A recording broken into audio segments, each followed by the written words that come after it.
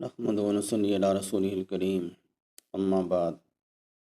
ماقبل دو videos کے اندر صلاۃ التسبیح کی اہمیت اور فضیلت، احادیث طیبہ اور اقوال اصحاب رضوان اللہ تعالی علیہم اجمعین اور فقہائے کرام اور علماء امت کے اقوال کی روشنی میں چند گزارشات پیش کی تھی۔ تو آج صلاۃ التسبیح جو حضرات پڑھتے ہیں تو پڑھنے کے دوران جو مسائل درپیش ہوتے ہیں، جن مسائل کا سامنا کرنا پڑتا ہے، کہ ان کے متعلق چند معروضات پیش کرنی ہیں۔ سب سے پہلے صلاۃ التسبیح پڑھنے کا وقت کون سا ہے، کس وقت صلاۃ التسبیح کا پڑھنا بہتر ہے، اچھا ہے، کون سا وقت ہے؟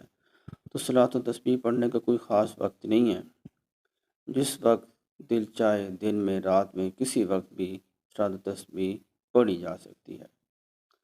البتہ زوال کے بعد ظہر کی نماز سے پہلے پڑھنا یہ بہتر ہے، اور اعتدال یہ ہے کہ ہر جمعۃ المبارک کے دن زوال کے بعد اور جمعہ کی نماز پڑھنے سے پہلے صلاۃ التسبیح کو پڑھا جائے، کیونکہ حضرت عبداللہ بن عباس رضی اللہ تعالیٰ عنہما ان کا بھی یہی عمل تھا، یہی ان سے منقول ہے، عمدۃ الفقہ۔ اسی طرح صلاۃ التسبیح اوقات مکروہ میں، جو مکروہ اوقات ہیں ان میں بھی پڑھنا ممنوع ہے، منع ہے۔ اوقات مکروہ کے اندر صلاۃ التسبیح کا پڑھنا بھی ممنوع ہے، کیونکہ ان اوقات کے اندر نفل نماز پڑھنا بھی مکروہ ہے اور منع ہے، تو صلاۃ التسبیح کا پڑھنا بھی ممنوع ہے، کہ ان اوقات کے اندر وہ کون سے اوقات ہیں؟ وہ صبح صادق سے لے کر طلوع آفتاب تک۔ اسی طرح عصر کی نماز پڑھنے کے بعد جب آپ نے فرض نماز عصر کے پڑھ لیے تو پھر غروبی آفتاب تک آپ کوئی نفل نماز نہیں پڑھ سکتے۔ تو اسی طرح جب فرض عصر کے آپ نے پڑھ لیے تو فرض نماز پڑھنے کے بعد، یعنی کہ عصر کی فرض نماز پڑھنے کے بعد آپ نے پھر صلاۃ التسبیح نہیں پڑھنی۔ ان اوقات کے اندر صلاۃ التسبیح، یعنی دو اوقات ہیں، ایک صبح صادق سے لے کر طلوع آفتاب تک، اور دوسرا عصر کے فرض پڑھنے کے بعد سے لے کر غروبی آفتاب تک۔ ان دو اوقات کے اندر کوئی نفل نماز پڑھنا یہ مکروہ ہے۔ تو اسی طرح صلاۃ التسبیح پڑھنا بھی، کیونکہ یہ نفل نماز ہے، اس کا پڑھنا بھی مکروہ ہے۔ یہ احناف کا مسلک ہے، احناف کے نزدیک ان اوقات کے اندر نفل نماز کا پڑھنا ممنوع اور مکروہ ہے۔ اسی طرح اس کے بعد صلاۃ التسبیح جب پڑھنی ہے، اس کی نیت کیسی کرنی ہے؟ تو نیت کوئی بھی کام ہے تو نیت کہتے ہیں ارادہ قلبی، کہ دل میں کسی چیز کا ارادہ کر لیا، میں نے نیت کر لی، ارادہ کر لیا میں نے یہ کام کرنا ہے، تو اسی کا نام نیت ہے۔ اگر زبان سے بھی کہہ لیں تو اس میں بھی کوئی حرج نہیں، یا اللہ میں 4 رکعت نماز صلاۃ التسبیح تیری رضا کے لیے پڑھتا ہوں، اے اللہ اس نماز کی برکت سے تو میرے ہر قسم کے صغیرہ، کبیرہ، اعلانیہ، چھپے ہوئے، دانستہ ہر قسم کے گناہ اے اللہ تو اپنے فضل و کرم سے معاف فرما۔ تو اس طرح بھی آپ نیت کر سکتے ہیں۔ تو اگر اتنی نیت ہو کہ میں ابھی 4 رکعت نماز پڑھتا ہوں صلاۃ التسبیح کی نیت سے، تو اتنی نیت کرنا بھی کافی ہے۔ تو اسی طرح صلاۃ التسبیح کی رکعات کتنی ہے؟ تو صلاۃ التسبیح کی 4 رکعات ہیں۔ یہ 4 رکعات ایک سلام سے بھی پڑھ سکتے ہیں اور 2 سلاموں سے بھی پڑھی جا سکتی ہے۔ جب اگر آپ 4 رکعات کی نیت کریں گے کہ 4 رکعت نیت میں کرتا ہوں صلاۃ التسبیح پڑھنے کی، تو اس میں پھر بہتر ہے کہ جو پہلا تشہد ہے اس میں پورا تشہد پڑھیں، درود شریف پڑھیں، ساتھ ربی جعلنی جو دعا ہے اس کو بھی پڑھیں۔ اسی طرح پھر جب یہ مکمل اتحیات پڑھیں گے تو تیسری رکعت کے لیے جب کھڑے ہوں گے تو تیسری رکعت بھی پہلی رکعت کی طرح ثنا سے شروع کریں۔ جیسے پہلی رکعت آپ نے ثنا سے شروع کی ہے، سبحانک اللہم و بحمدک، یہاں سے شروع کیا، تو اسی طرح تیسری رکعت بھی سبحانک اللہم سے شروع کریں، اور 2 رکعت میں جو پہلا تحیات آئے گا، تشہد آئے گا، وہ مکمل پڑھنا ہے، اس کے بعد سلام نہیں پھرنا، کھڑا ہو جانا ہے اور پھر ثنا سے شروع کرنا ہے۔ تو یہ 4 رکعت تسبیح کی جب آپ نیت کریں گے تو اس چیز کا بھی آپ خیال کریں، تو اس میں بھی ثواب میں زیادتی ہوگی۔ جو بہتر ہے، افضل ہے کہ پہلا تشہد پورا پڑھیں، پھر تیسری رکعت کے لیے جب کھڑے ہوں گے تو ثنا سے شروع کریں۔ اگر آپ 2 سلاموں سے پڑھیں گے تسبیح، اس میں بھی کوئی مذاکرہ نہیں ہے، تو یہ بہتر ہے، ٹھیک ہے، آپ پڑھ سکتے ہیں، اس میں کوئی ایسا مسئلہ نہیں ہے کہ آپ نہیں پڑھ سکتے۔ تو خیر الفتاویٰ کے اندر یہ تمام چیزیں مذکور ہیں۔ صلاۃ التسبیح میں جو تسبیحات پڑھی جاتی ہیں، تیسرا کلمہ پڑھا جاتا ہے سبحان اللہ والحمد للہ ولا الہ الا اللہ واللہ اکبر، تو یہ کہاں تک پڑھنا چاہیے؟ تو مولانا اشرف علی تھانوی رحمۃ اللہ تعالی علیہ وہ بہشت زیور میں لکھتے ہیں کہ پورا کلمہ بھی آپ پڑھ سکتے ہیں، کہ اس کے ساتھ آپ لا حول ولا قوت الا باللہ العلی العظیم یہ بھی پڑھیں۔ اور اسی طرح فتاوی شامی کے حوالے سے مولانا تھانوی رحمۃ اللہ علیہ لکھتے ہیں کہ سبحان اللہ والحمد للہ ولا الہ الا اللہ واللہ اکبر، واللہ اکبر تک آپ تسبیحات کو پڑھیں۔ لیکن اگر کوئی بندہ ساتھ لا حول ولا قوت الا باللہ العلی العظیم یہ بھی ساتھ پڑھتا ہے تو اس میں بھی کوئی مذاکرہ نہیں ہے۔ اسی طرح تسبیحات کا شمار کرنا یہ بھی بہت عام مسئلہ ہے کہ جب آپ تسبیحات کو پڑھیں گے، ایک رکعت کے اندر آپ نے 75 کی تعداد کو پورا کرنا ہے اور 4 رکعات کے اندر 300 کی تعداد کو پورا کرنا ہے۔ تو پھر تسبیحات کو کیسے آپ شمار کریں گے؟ تو تسبیحات کو زبان سے ہرگز گننا نہیں چاہیے، زبان سے گننے سے نماز ٹوٹ جاتی ہے۔ البتہ انگلیوں کو بند کر کے گننا، تسبیحات میں لے کر گننا یہ جائز تو ہے لیکن ہے مکروہ۔ اسی طرح بہتر یہ ہے کہ دل ہی دل میں شمار کریں۔ اگر یہ مشکل ہو تو انگلیاں جس طرح اپنی جگہ پر رکھی ہیں ویسی ہی رہیں اور ہر تسبیح پر ایک ایک انگلی کو اسی جگہ دباتے رہیں تو یہ بہتر رہے گا۔ اس طرح تعداد بھی پوری ہو جائے گی اور نماز میں حرج بھی نہیں ہوگا۔ فتاوی رحیمیہ کے اندر یہ چیز مذکور ہے۔ اسی طرح اگر کسی جگہ تسبیح کا پڑھنا بھول گئے، مثلا رکوع کے اندر آپ نے تسبیحات پڑھنی تھی، سبحان ربی العظیم، رکوع کی تسبیح پڑھنے کے بعد آپ نے تسبیح پڑھنی تھی سبحان اللہ والحمد للہ 10 دفعہ پڑھنا تھا، آپ بھول گئے، تو پھر اس بھولی ہوئی تسبیح کو آپ اگلی رکن میں جب آپ سمیع اللہ لمن حمیدہ ربنا لک الحمد کہیں گے تو کھڑے ہونے کی حالت میں آپ سجدہ کرنے سے پہلے پچھلی رکن کی بھولی تسبیح کو آپ پڑھ سکتے ہیں، اس میں بھی کوئی حرج نہیں ہے۔ ایک رکعت میں آپ نے 75 کی جو تعداد ہے اس کا خیال رکھنا ہے، اس کو پورا کرنا ہے۔ اگر ایک رکن میں آپ تسبیح کو پڑھنا بھول گئے تو دوسرے رکن میں اس بھولی ہوئی تسبیح کو آپ پورا کر سکتے ہیں، اس میں کوئی حرج نہیں ہے۔ اور اسی طرح ان تسبیحات کو قصداً ارادتاً زیادہ پڑھنا، یعنی کہ 75 کی تعداد جو حدیث مبارکہ میں مذکور ہے اس سے بھی زیادہ پڑھنا، تو بعض علماء کے نزدیک یہ ہے کہ تسبیحات قصداً زیادہ نہیں پڑھنی چاہیے۔ اگر اس نماز کا جو خاص ثواب ہے اگر آپ زیادہ پڑھیں گے تو بعض علماء کے نزدیک وہ آپ کو ثواب نہیں ملے گا، اور اگر سہون بلا قصد زیادہ آپ نے پڑھ لی پھر اس میں کوئی حرج نہیں ہے، مذاکرہ نہیں ہے، لیکن آپ ارادتاً قصداً زیادہ اگر تسبیحات کو پڑھیں گے تو آپ کو صلاۃ تسبیح کا جو بہت ہی بڑا عظیم الشان ثواب ہے کہ اللہ تعالیٰ ہر قسم کے گناہ معاف فرماتے ہیں، وہ ثواب آپ کو نہیں ملے گا۔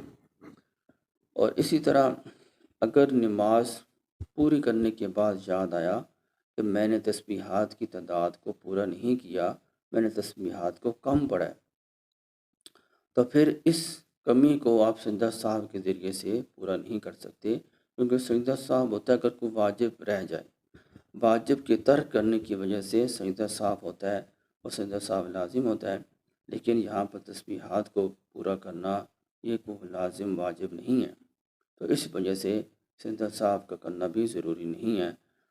اور اسی طرح جب اس تسبیحات میں آپ نے کمی بیشی کر دی، آپ نے پوری نہ پڑھی یا کم پڑھی، تو آپ کو صراط التسبیح کا ثواب نہیں ملے گا۔ فتاوی رحیمیہ۔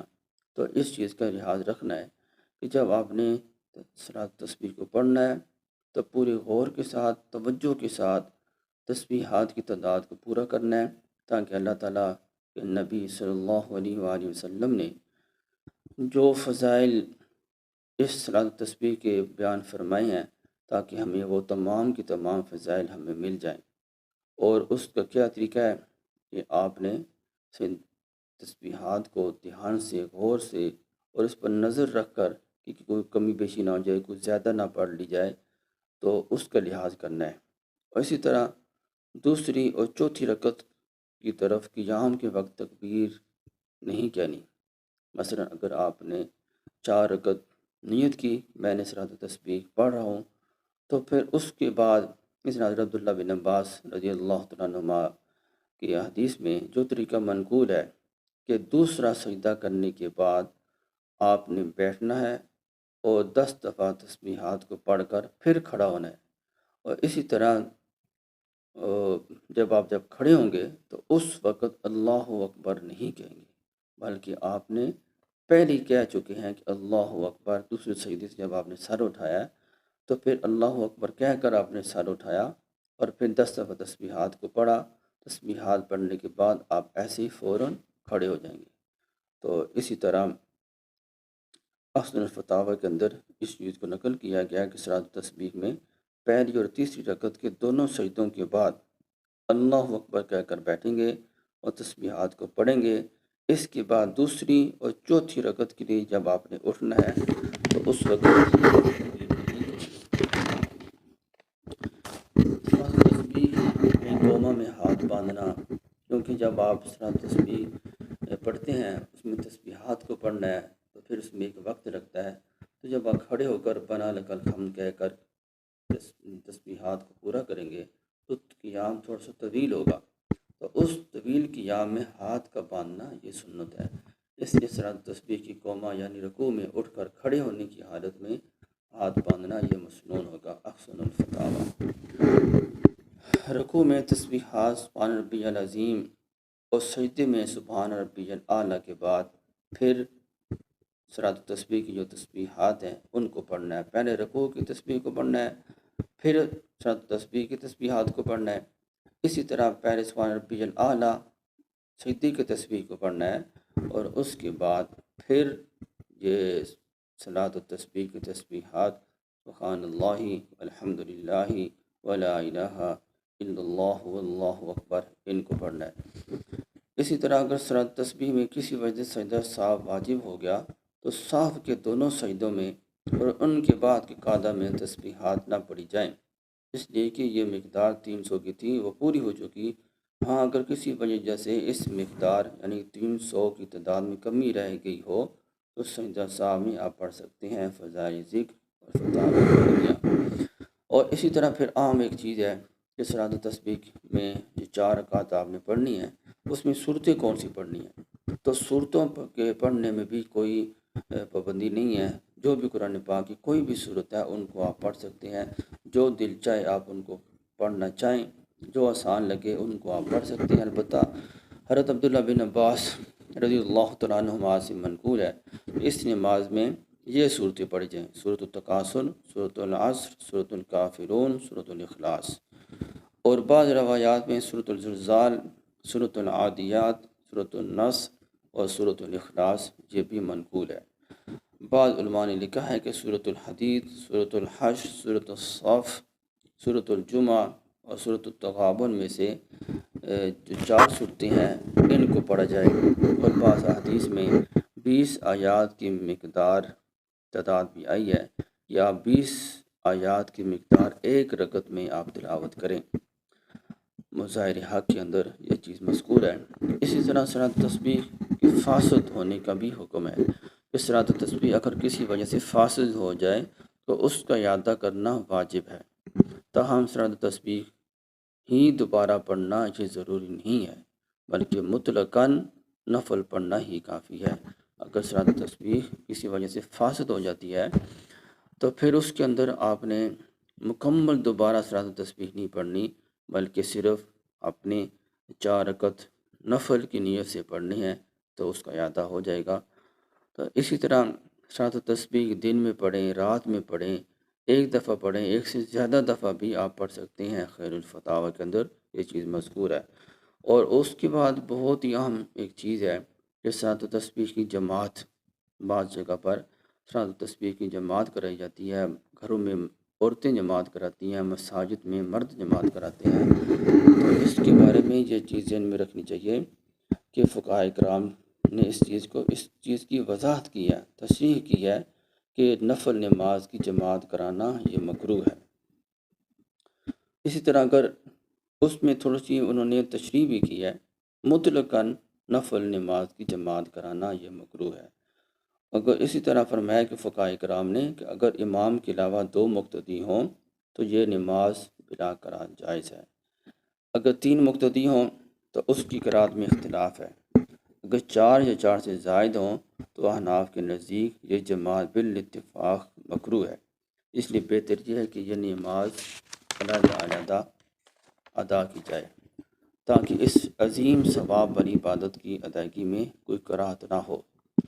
اگر کوئی یہ نماز جماعت کے ساتھ پڑھنے پر ہی مصر ہو، ضد کر رہا ہو، تو ایسی صورت میں مقتدیوں کی تعداد 2 سے زیادہ نہیں ہونی چاہیے، لیکن بہتر یہ ہے کہ تنہا نماز پڑھی جائے تاکہ کراہت کا بالکل شبہ نہ ہو۔ اور تقویٰ بھی اسی میں ہے کہ یہ نماز تنہا پڑھی جائے اور ہر بندہ غور سے، فکر سے، دھیان سے ان تسبیحات کو پڑھے اور اپنے گناہوں پر نظر کرے، تو اس میں بہتر ہوگا۔ اسی طرح ایک اور چیز بھی واضح کر دینی چاہیے کہ امام کے ساتھ 2 مقتدیوں کی نفل جماعت کا بلا قرات جواز فقط مردوں کے لیے ہے، عورتوں کے لیے نہیں ہے، بلکہ عورتوں کی جماعت میں کراہت مردوں کی نسبت زیادہ سخت ہے، کیونکہ جب تصریح حضرات فقہاء کرام عورتوں کی جماعت مکروہ تحریمی کرتے ہیں، صراحتاً بیان فرماتے ہیں کہ عورتوں کی جو جماعت ہے وہ مکروہ تحریمی ہے، خاص صلاۃ التسبیح ہو یا فرائض میں ہو۔ حافظہ عورت کو فقط صلاۃ التراویح میں اس شرط کے ساتھ جماعت کی اجازت دی گئی ہے کہ اس کی آواز گھر سے باہر نہ نکلے، اسے غیر محرم نہ سنے، اور اس کے مقتدی خواتین کی تعداد بھی 2 سے زیادہ نہ ہو، اور اس کے علاوہ اس کی منزل بھی بھولے نہیں، اس کی جو حفظ کی منزل ہے قرآن پاک ہے، وہ بھی ایک عام مسئلہ تھا۔ اگر وہ تراویح اس طرح نہیں پڑھیں گی تو ان کی منزل بھول سکتی ہے، قرآن پاک بھول سکتے ہیں، تو اس لیے ان خواتین کے لیے اس کی اجازت دی گئی ہے کہ 2 خواتین ہوں تو 2 خواتین اپنی تراویح کی نماز پڑھ سکتی ہیں، اور اس میں قرآن پاک کی منزل کو دہرایا جا سکتا ہے۔ احسن الفتاوی، اسی طرح آپ کے مسائل اور ان کا حل، ان کے اندر یہ تمام چیزیں مذکور ہیں۔ تو یہ چند مسائل تھے صلاۃ التسبیح کی اہمیت اور فضیلت، اور اسی طرح ان کے متعلق جو مسائل ہر بندے کو ان کا سامنا کرنا پڑ سکتا ہے ان کو ذکر کیا گیا ہے، اور جن کتب سے ان مسائل کو اخذ کیا گیا، تو جب بھی آپ نماز پڑھیں صلاۃ التسبیح تو آخر میں دعا کی قبولیت کا وقت ہوتا ہے، تو جب بھی دعا کریں تو جن کتب کے ذریعے، جن فقہاء کرام کے ذریعے یہ چیزیں ہم تک پہنچی ہیں، اور صحابہ کرام کے ذریعے، حضور نبی علیہ السلام کے ذریعے، تو جب بھی دعا مانگیں تو حضور نبی کریم صلی اللہ علیہ وسلم، حضرات صحابہ کرام رضوان اللہ تعالیٰ علیہم اجمعین، فقہاء کرام، امام ترمذی، امام نسائی، اور اسی طرح علماء امت مولانا اشرف علی تھانوی، اسی طرح صاحب معارف القرآن، صاحب معارف الحدیث، معارف السنن، صاحب بہشت زیور، اسی طرح مفتی حماد اللہ عاصم کراچی والے، کہ جن کی کتب سے، ان حضرات کی کتب سے جو چیزیں میں نے اخذ کی ہیں اور ان کا خلاصہ، اور آپ کے سامنے کچھ عبارات بیانی ہی پڑھی ہیں اور کچھ میں مختلف کتب کے حوالے سے خلاصہ بیان کیا ہے، تو جب بھی دعا کریں تو آپ ان تمام حضرات کو اپنی دعاؤں میں یاد رکھیں۔ اللہ تعالی ہم سب کو عمل کی توفیق عطا فرمائے۔ سبحانک اللہم و بحمدک، نشہد ان لا الہ الا انت، نستغفرک و نتوب الیک۔